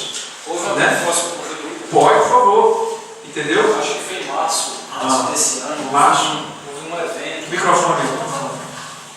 Em março desse ano houve um evento, um ataque de negação distribuída de serviço de 1,3 terabit por segundo. Em cima do GitHub. O GitHub é um repositório conhecido de código aberto. Foi vendido recentemente, eu não lembro que é a Yahoo, não é Microsoft. Inclusive, eu tenho que tirar em casa agora, eu queria GitHub Basic, GitHub Student e GitHub Premium. Então, assim, Microsoft e GitHub. Então, ele ficou. Chegar lá, o teu código subiu. Só reiniciar. Vai continuar. Cara, tem uma raiva de Microsoft. Essa é brincadeira. Se der o dedo, pega o braço. Então, assim, ele ficou, acho que foi 5, 6 minutos fora do ar. Mas como é que ele não ficou mais tempo fora do ar? Porque ele tinha uma proteção em cima de uma CDN, que são as redes globalmente distribuídas para isso. Então, assim, a questão de conseguir derrubar o Google não é porque ele é muito seguro, não é isso. É porque ele tem uma CDN gigantesca, assim como a Amazon tem, a Microsoft tem, o Facebook também tem. Então, assim, eles estão uma rede tão grande que a soma do tráfego dela não conseguiu ser ultrapassada pelas bots de dados. Ainda não. Mas que garante que daqui a 2 dias ele conseguir. Não, pois é, mas aí existe um mecanismo de você parar aquilo ali também, né? Você vai lá, limita aquele throughput e você não tem mais aquela negação de serviço de um jeito, você vai ter de outro, o negócio fica lento, cai bem. Quando eu vou em cima de ataque de negação de serviço, eu digo assim, que todo mundo está vulnerável, alguns mais, alguns menos. Depende de quê? Não só da sua arquitetura de rede, não só da sua arquitetura de software também, que cada serviço tem as suas limitações que podem ser exploradas nesse sentido, como a sua capacidade de infraestrutura, a sua capacidade de suportar aquilo ali de várias formas. Então não tem jeito, aí é investimento, que tem que ser proporcional à ameaça. O investimento vai ser proporcional à ameaça. Se você quer proteger, tem que valer mais do que a sua proteção. Sim, aí a análise de risco a gente diz lá, cara, você aceita o risco, você mitiga o risco, você transfere o risco, elimina o risco hipoteticamente, porque na vida real eu nunca consigo imaginar sobre eliminar risco. Nesse caso, o GitHub ele terceirizou o risco, ele jogou para a Akamai. A Akamai que é a maior CDN do mundo, maior do que a Amazon, maior Pois é. do que o Google. Mas aí conseguiu. Sim, aí o que acontece? O que acontece no Brasil, e é isso que eu quero chegar nesse ponto. Nós temos grandes empresas públicas e privadas com excelentes mecanismos de segurança, algumas vezes já virou isso já está comum no mundo, está virando um padrão de que TI virar serviço. Você pega a International Business Machines, que virou empresa de serviço. Tem que mudar de nome, International Business Services. IBM virar IBS. Né? Então você pegar uma empresa que construiu o primeiro computador e tardiamente vira empresa de serviço, porque está todo mundo virando serviço. Então o que as empresas estão sabendo? Estão entendendo? Vamos terceirizar o risco. E aí você pega e vira SLA. O teu risco de segurança vira SLA. Ok? Beleza. Então você tem grandes empresas, pequenas empresas e grandes empresas no Brasil, pública e privada, que têm mecanismos maravilhosos de segurança. E você tem uma ISA sofrendo ataque de engenharia social, como já aconteceu. Já aconteceu. Estou mentindo? Já aconteceu mais de uma vez a ISA sofrendo ataque de engenharia social. Você vê uma NASA sofrendo ataque de engenharia social. Entendeu? Estou falando de mecanismos de invasão, onde o ser humaninho, como era mais fraco, foi explorado aquilo ali, às vezes com uma técnica bem mais avançada. Tem uma empresa, tem um caso, isso aconteceu em São Paulo, é antigo isso. Sabe, tem uma técnica que você deixa cair o CD, é antigo, você deixa cair o CD na empresa, alguém pega aquele CD, bota no computador, quando o auto-run executa, o malware infecta a máquina. E aquilo ali de repente é um bot, permite acesso remoto, esse tipo de coisa. Isso evoluiu para um negócio que é o pendrive. Né? O pendrive é a mesma coisa. Você deixa o pendrive lá, você deixa cair o pendrive na empresa, ela faz isso. Beleza, tranquilo, de boa. Aí, teve uma empresa que tinha uma educação de segurança em todos os funcionários, que a forma de você mitigar esse risco é educando. Se você achar o pendrive aqui, jamais coloque. O atacante contratado pela empresa concorrente chegou lá e recolou o pendrive, e nada, recolou o pendrive colorido, do Hello Kitty, e nada de fé, que bicha sacana. Sabe o que eles fizeram? Botaram no outdoor em frente à empresa, promoção, viagem grátis, não sei o que, cadastro aqui nesse site. Em frente à empresa, os funcionários viam aquele e vão se cadastrar, se cadastrou, entrou no site que tinha um malware. É o mesmo ataque, só que ele evoluiu. E os funcionários que estavam até então muito bem obrigados caíram no conto do vigário do HTTP vigário, né? Entendeu? Então é isso que aconteceu. Então perceba, eu não gosto de medir, eu não gosto de medir quem está mais ou quem está menos seguro. Porque às vezes o cara chega para lá, o cara está super seguro e num ataque trivial eles caem. E às vezes não cai num ataque trivial, mas cai num ataque super bem elaborado. E às vezes é um ataque zero day, quem que não cai, né? Até tem mecanismos para isso também, mas... Inclusive, algumas pessoas chegam a perguntar, por exemplo, a PECOF, tem que ser perito, você trabalha com quantas áreas? É complicadíssimo a gente dizer que é perito e tem um total conhecimento, porque justamente um exemplo que eu usou no meu primeiro predial, um cassino que deveria ter um sistema de segurança de última geração foi invadido por um sistema de um aquário, se eu não me engano, se o senhor puder me ajudar se eu estiver errado. Foi invadido por um sistema de um aquário. Então a gente não pode dar total segurança, 100% seguro, se até um cassino que deve ter um sistema de segurança superior a muitas empresas que tem, não foi invadido, aliás, por um aquário. Por que eu acho muito massa hacker? O que é hacker? Hacker é aquele que esmiuça, ele age em cima do funcionamento, ele vê como é que as coisas funcionam e explora aquela forma de funcionar. Isso é extremamente divertido.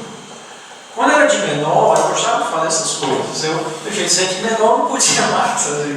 Cara, é muito massa, como é que você age em cima do funcionamento, como é que as coisas funcionam. E isso eu acho quase sempre benéfico. Quase sempre muito benéfico alguém olhar que existe uma vulnerabilidade, às vezes em processo, às vezes em processo, às vezes em produto. E não se engane não. Você tem às vezes um cara que tem pós-doutorado em criptografia, na Harvard Business School, o cara não sei o que, os vários nomes na área de segurança, não sei o que, e aparece um pivete de 12 anos, vai lá e hackeia ele. Por quê? Porque o cara tem uma sacação sobre alguma coisa. Isso não é ter mais conhecimento ou menos conhecimento. Eu digo que o hacker é aquele cara que antigamente comprava aquele Walkman alto reverse, amarelinho, lindo, chegava em casa, aquele bicho era caro, era objeto de status. O cara desmontava aquele negócio. Aiva, né? E tal. O cara desmontava aquele negócio todo para poder ver como é que funcionava. E o cara não sabia nem montar depois, às vezes. Aquele cara é o hacker. O hacker é aquele cara que quer desmontar porque ele quer saber como é que funciona. Não é porque ele sabe montar. Saber montar não faz ele ser hacker. O que faz ser hacker é o cara querer desmontar para ver como é que funciona. Sentido filosófico de hacker. Entendeu? Então eu acho isso muito massa. O fuçador é muito massa. O aluno chega para mim e diz, como é que funciona o sistema operacional? Vamos conversar sobre gerenciamento de processo, gerenciamento de memória, vamos conversar aqui como é que funciona os serviços, isso eu acho muito massa. Como é que funciona o protocolo de rede? Cara, vamos aqui conversar como é que funciona o protocolo de rede. O cara chega para mim, cara, como é que se invade? Diz, cara, vai lá no Google e pergunta como ser um lamer.com, entendeu? E pronto, é isso, essa é a grande diferença. Coloca lá, qual o segredo da vida? Pois é. Eu tinha outra pergunta para vocês. Só pegando um gancho aqui, as empresas hoje elas questionam muito a questão jurídica do DOS. A gente atende muitas empresas com DOS, com time de segurança e o profissional de forense. Eu normalmente me reporto da diretoria de segurança das empresas. Então normalmente um perfil que tem um antifraude externa, mas quer levar isso para o juiz de uma forma adequada. E hoje se fala do artigo 266, você vê a lei Carolina Dickmann, ela foi feita do sopetão, de uma forma tão mal feita, que o 266 ele pune aquele que interrompe um serviço telemático ou dificulta o seu restabelecimento. Se ele perturba, ou seja, né, se eu estou trabalhando com a mera perturbação, eu não consegui pôr fim ao serviço, mas ele está instável, eu não conseguiria puni-lo pelo artigo 266. Né? Então, olha, mas vamos falar de interrupção tentada, mas já existe a possibilidade de perturbar no serviço, seria crime de dano? É outro debate que se coloca. E o pior, a lei especificou para serviços de utilidade pública. Então, meu amigo, se você tem uma aplicação hoje, você tem um serviço privado, se ele não é considerado de utilidade pública, a lei Carolina Dickmann é imprestável, ela não faz frente diante de um DOS que você sofre. E aí, cabe uma tese que pode ser construída, né? Por exemplo, qualquer site, ele tem um acesso ao público. Vamos supor, desse jeito, existe uma utilidade pública em qualquer site. Você pode colocar, você pode trazer filosoficamente essa discussão. É legal a discussão filosófica, né? Legal. Qualquer site, que o site ele não é... Perceba, esse site, ele não está lá respondendo multicast, né? Ele não está respondendo unicast, ele não é uma intranet, ele não é uma extranet, ele está na internet, ele está broadcast, no sentido de que eu estou entregando meu serviço 100% a todos, sem limitações. Quando eu faço isso, eu digo que, independente de você estar utilizando ou não, aqui é um serviço de utilidade pública. Bom, eu posso colocar nesse sentido. Pode ser colocado, obviamente isso aí vai que cola, né? Sim. É o vai que cola, porque é uma construção de tese para você falar isso. E a parte de negação do serviço, ela acontece de forma parcial. Como é que acontece uma negação de serviço de forma parcial? Quer dizer que ela fica lento e a latência impossibilita a prestação do serviço. Então ele não interrompe totalmente, mas interrompe parcialmente. Essa interrupção parcial, ela impede o objetivo.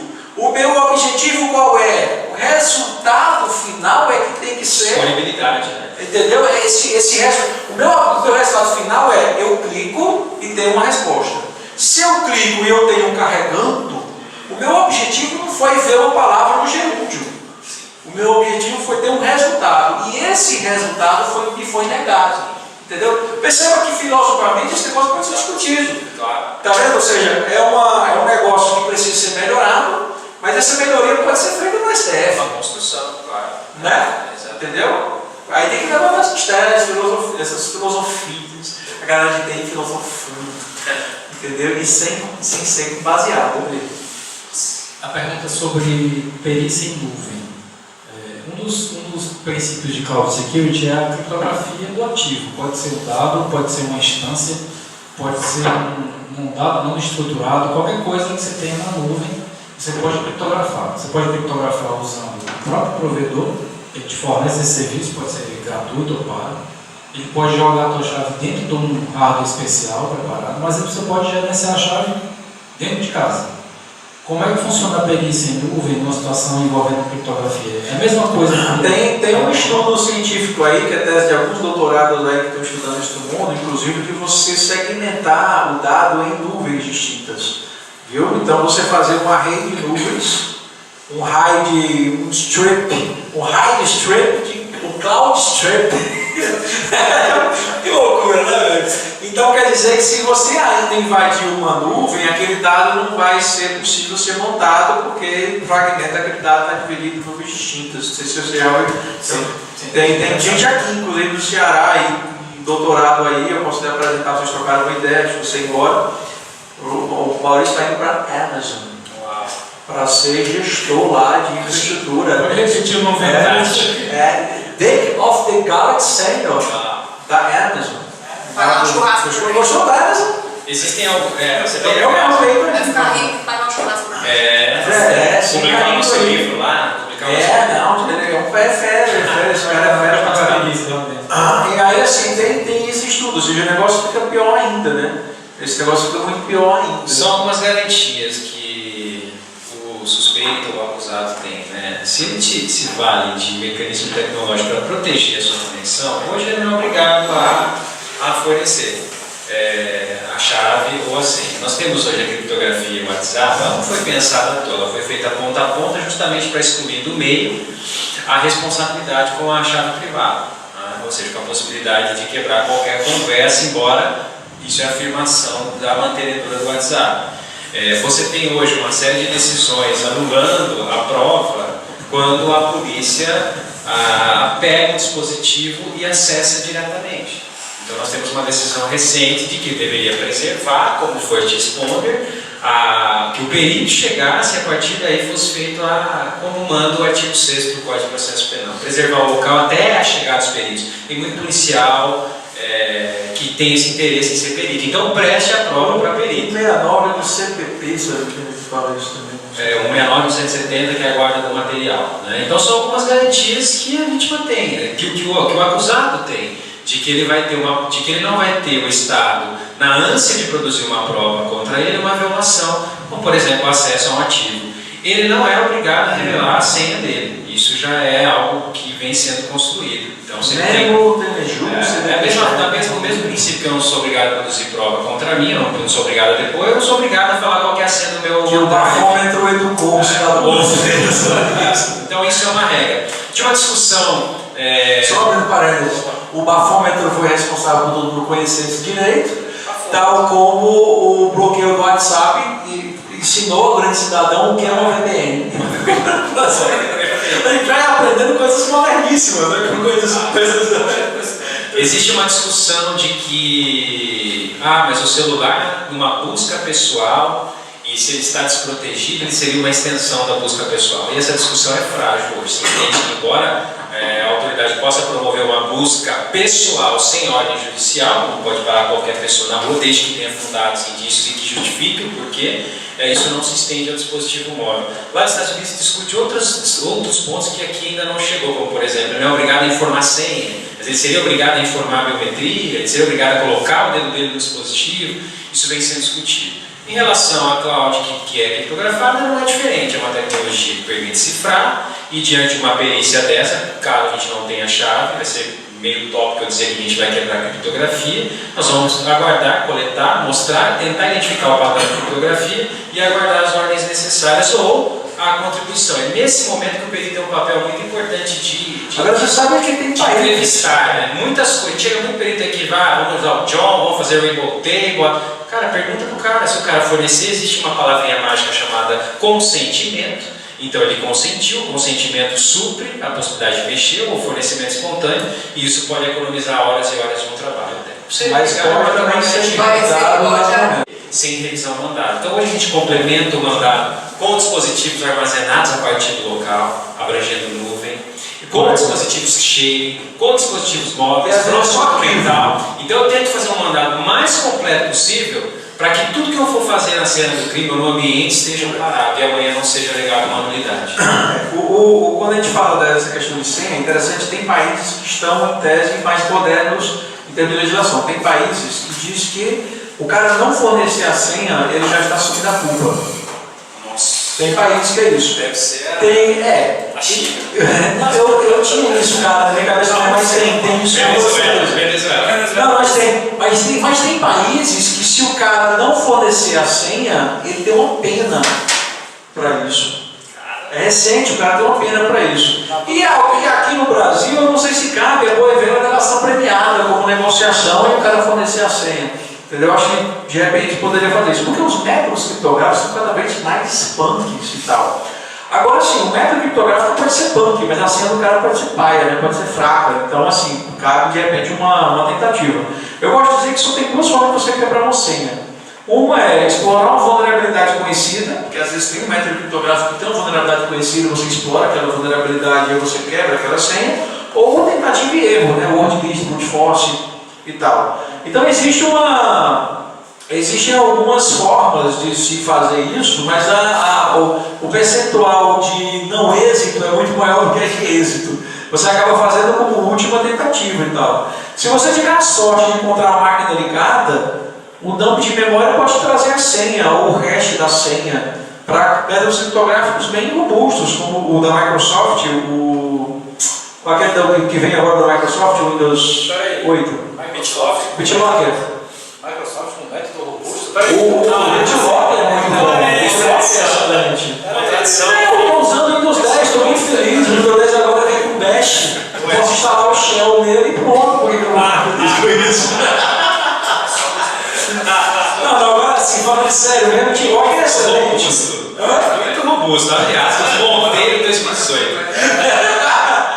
Não, agora de fato, assim, que interessante. O Bitlock ele é muito robusto. O Bitlock ele é muito bom. Mas você pode pegar o hash no dump de memória, então para isso a máquina tem que estar ligada.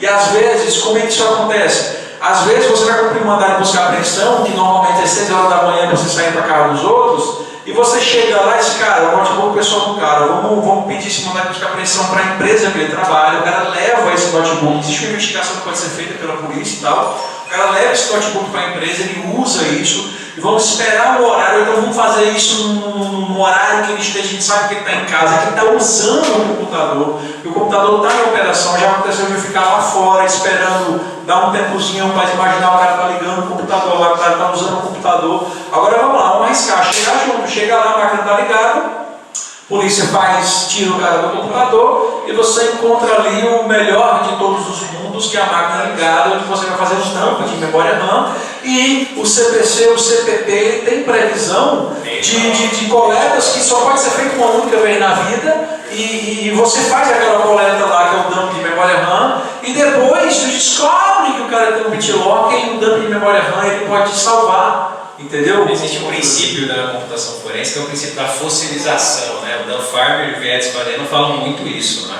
Periciar computadores é como uma arqueologia mesmo. E eles falam muito isso sobre o exame, sobre o capô. O usuário é o capô do carro, mas o que eu tenho dentro do capô? Motor, bateria. E à medida que eu desço essas camadas de ilusões, os sistemas eles ficam mais precisos, mas menos significativos, como um dump de memória. É como um fóssil, né? Um dinossauro pode não ter um braço, uma perna, mas você sabe que aquilo foi um dinossauro. E isso pode acontecer. E hoje você tem ferramentas aí, Volatility, que conseguem fazer o carving da memória, conseguem extrair processos, um dump de um NetStat. Tem o Volatility, também tem o Volatility. E eu uso o Volatility. Não, porque o bicho é tão bom que não tem falta quando você quer usar. Enfim, O livro Volatility é um livro dessa grossura aqui, meu chapa. Se você disser que você esgotou isso daqui e está atrás de outra ferramenta, pelo amor de Deus. Fantástico.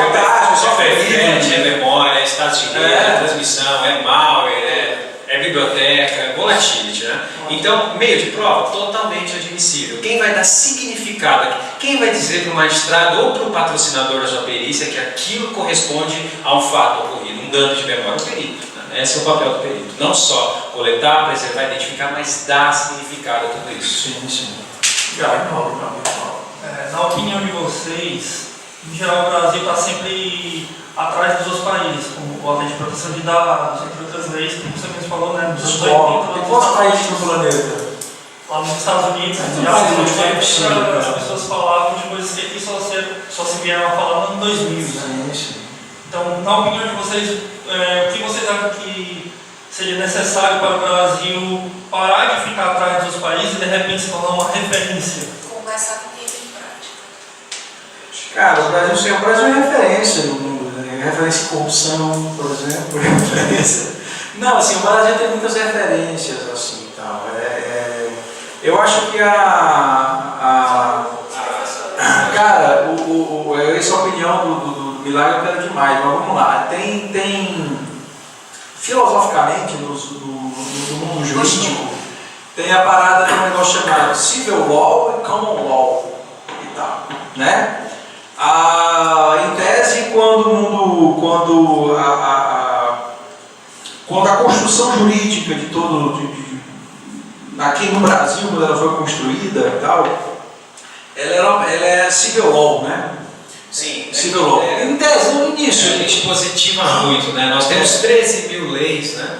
Isso. E a gente positiva muito, ao contrário do common law, né? Common law, que é muito mais princípio lógico. Exatamente. Aí assim, aqui tem norma para tudo. Exatamente. Você cria 200 mil normas. Ensinar a fazer bomba na internet. Projeto de lei, então no Congresso. Punindo isso. Mas já tem lá o crime de apologia ao crime. por exemplo, que é o 389, 386, o 389 e tal. Entendeu? E aí, cara, então assim, em tese, agora é isso que eu quero chegar nessa discussão e eu queria ter uma opinião. Assim, olha só, vamos lá. Aí aqui é civil law, então é um monte de norma que dita as regras. Nos Estados Unidos é common law, que é civil law é common law. Então lá o que acontece? Você tem meia dúzia de leis. Eu tive que estudar a legislação americana para passar na prova do CHFI. Então, quinta emenda, quarta emenda, que emenda, sobre até essas porcarias que eu tenho que estudar. CPA. Né? Pronto. E aí o que acontece, velho? Lá você tem o juiz e existe o entendimento. Então você vê em filme lá, caso João, Estado versus João. De acordo com o Estado, do caso Estado João, não tem América John. No caso, o Estado contra o John, o entendimento foi esse. Então há uma discussão de entendimento. Beleza? Beleza. Só que se você for olhar agora para o Brasil, que é normas, aí você tem um instrumento que foi criado no STF, que é as vínculas simulantes, súmulas vinculantes. Súmulas vinculantes. Que é o quê? É o entendimento do STF que já tem uma força de lei. Você tem, já tem uma força de lei, né? Você tem uma força de lei. Me corrija se eu estiver errado, né? Perceba que eu estou aqui, eu sou um cara de informática, né? Então eu sou de informática, eu estou só dando opinião. Tem força de lei. Aí você tem o quê? Os próprios advogados, em sua grande maioria, eles não gostam de inovar. É um problema. O advogado ele parte de uma jurisprudência. Se ele tiver jurisprudência, ele fica meio assim, e agora o que eu faço? Parece que você tem um manual de jurisprudência.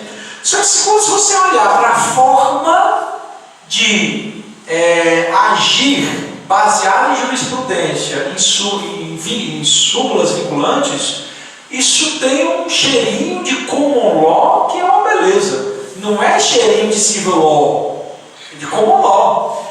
Entendeu como é que é? Se eu olho para o CPC, olho para o CPP, olho para o CP, eu começo uma vez, você pega a teoria do fruto de uma árvore envenenada, é um negócio que criou nos Estados Unidos em 1920.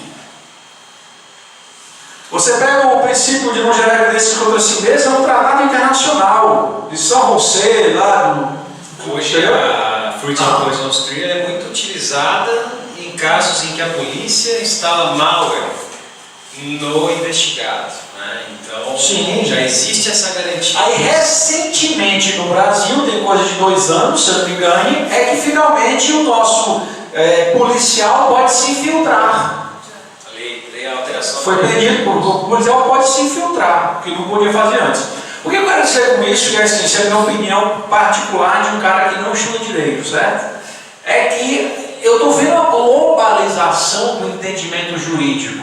Perceba, é o judiciário que executa a lei que tem que entender a lei. O legislativo cria as leis. Mas o entendimento da lei, eu estou vendo meio que isso está sendo globalizado, entendeu? Mesmo que você tenha uma estrutura civil law como law, no judiciário eu estou vendo eles meio que, sabe, você vê o juiz Sérgio Moro aí falando que nos Estados Unidos é assim, nos Estados Unidos é assim. Ele leva muito, traz muita referência de uma estrutura jurídica completamente, em tese, diferente do que a gente tem no Brasil. Mas que eu estou percebendo que existe uma certa globalização da forma de executar. Quando eu olho para o legislativo, é que é o problema do brasileiro em geral, de não saber quem votou nas últimas eleições para o legislativo. Você não sabe quem você votou para vereador, você não sabe quem votou para deputado. Você acha que todos os problemas da humanidade se reduzem ao chefe do poder executivo, federal, estadual, municipal. Não, tudo que está acontecendo de ruim é culpa do presidente, do governador, do prefeito. Tudo bem, mas quem que você votou para fiscalizar o executivo e criar as leis? Não sei, não lembro mais não. Foi um cara que chegou aqui e me ofereceu uma ditadura. Sei lá, esse tipo de coisa.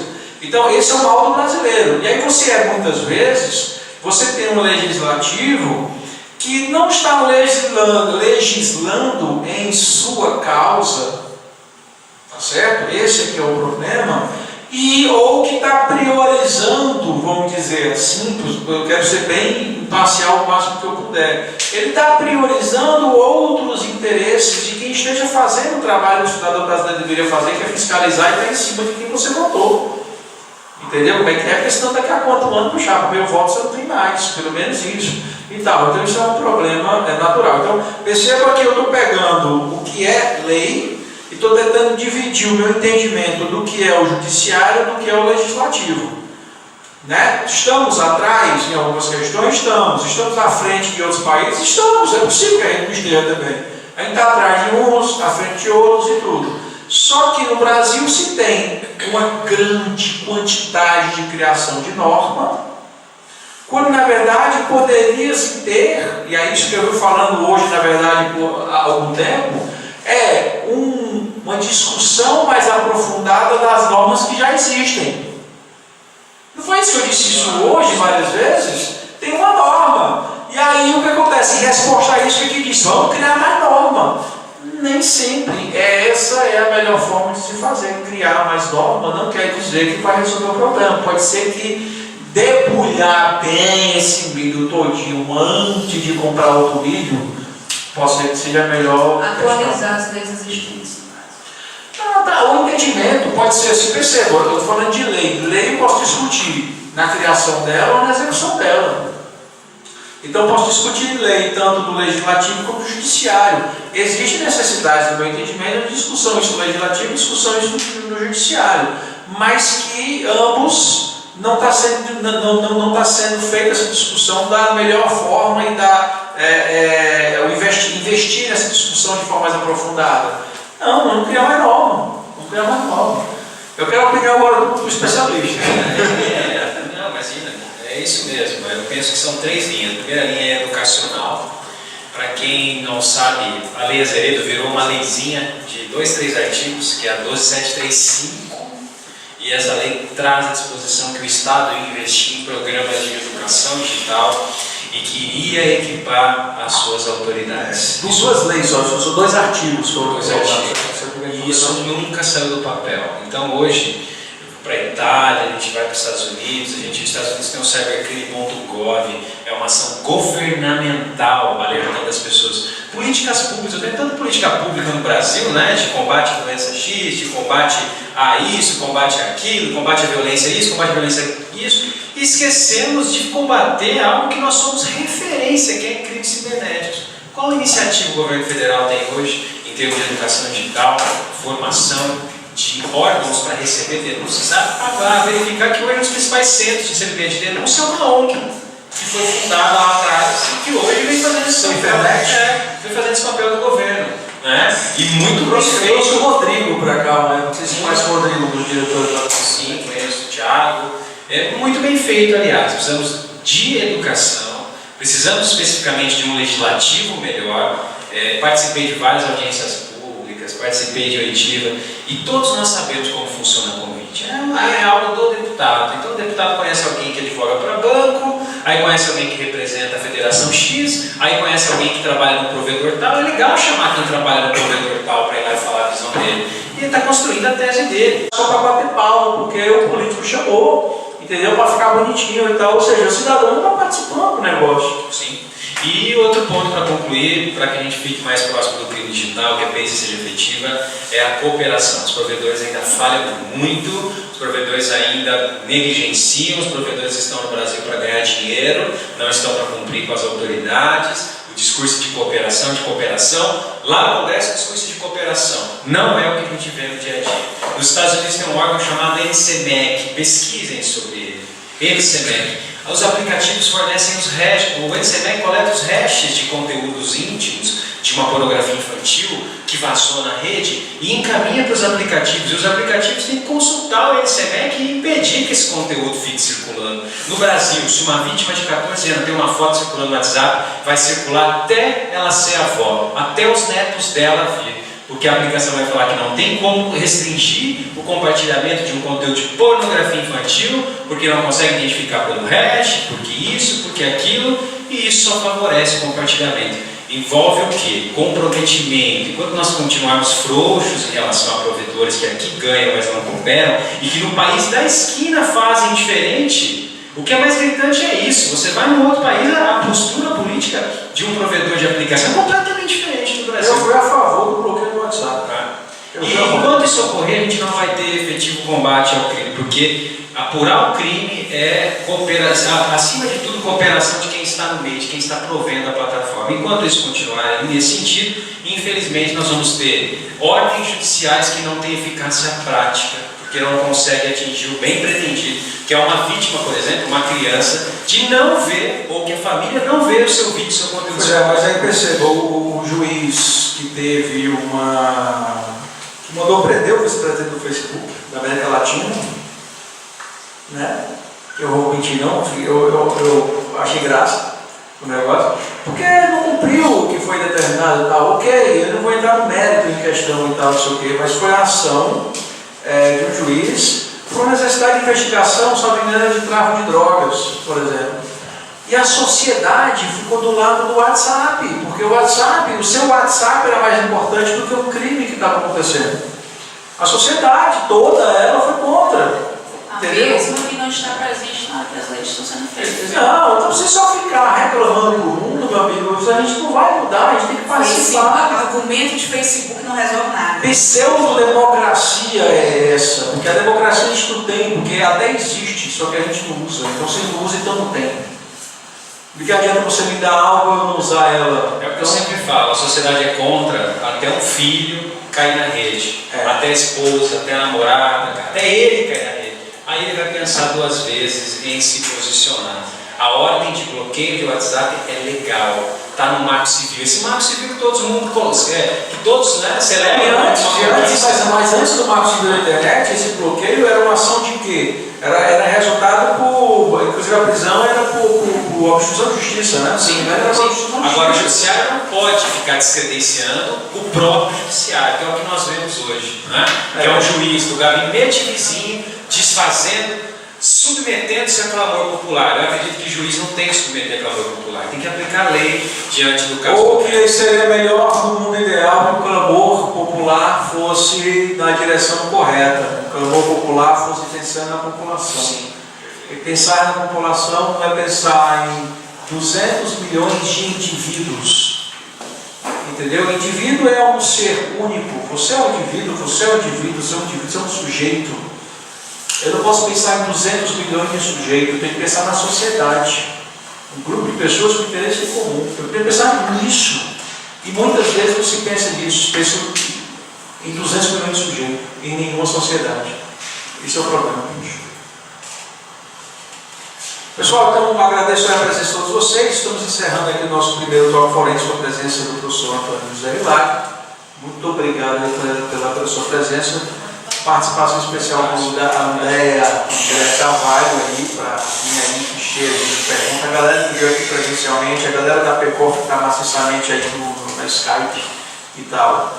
E a galera que está no Facebook aí, vendo. Depois eu vou dar uma olhada aí nas outras perguntas, de repente tentar responder em outro momento. E aí é isso. Um abraço a todos vocês e até o próximo Talk Forense. Obrigado, te agradeço. Valeu. Agradeço também. Um abraço.